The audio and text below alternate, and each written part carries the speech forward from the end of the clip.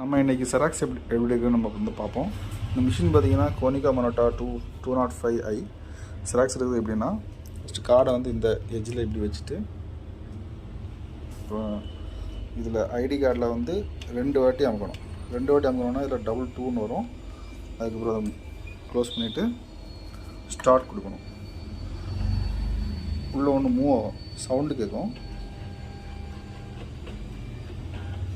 முடிச்சோடனே வந்து பார்த்திங்களா, இதுக்கப்புறம் இதை அப்படியே திருப்பி இப்படி வைக்கணும். வச்சுட்டு மறுபடியும் க்ளோஸ் பண்ணிவிட்டு ஓகே பட்டன் ப்ரெஸ் பண்ணுவாங்க. ஓகே பட்டன் ரெண்டாவது அமுக்கும்போது ஓகே பட்டன். இப்போ அங்கே ஸ்கேன் ஆகுது.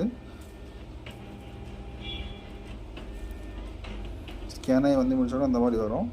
ரெண்டு பேஜ் ஸ்கேன் ஆகிட்டுன்னு வருது. வந்து முடிச்சப்பறம் நீங்கள் அவ்வளோ போதுன்னு ஸ்டார்ட் பண்ணால் ப்ரெஸ் பண்ணால் போதும். விண்டோ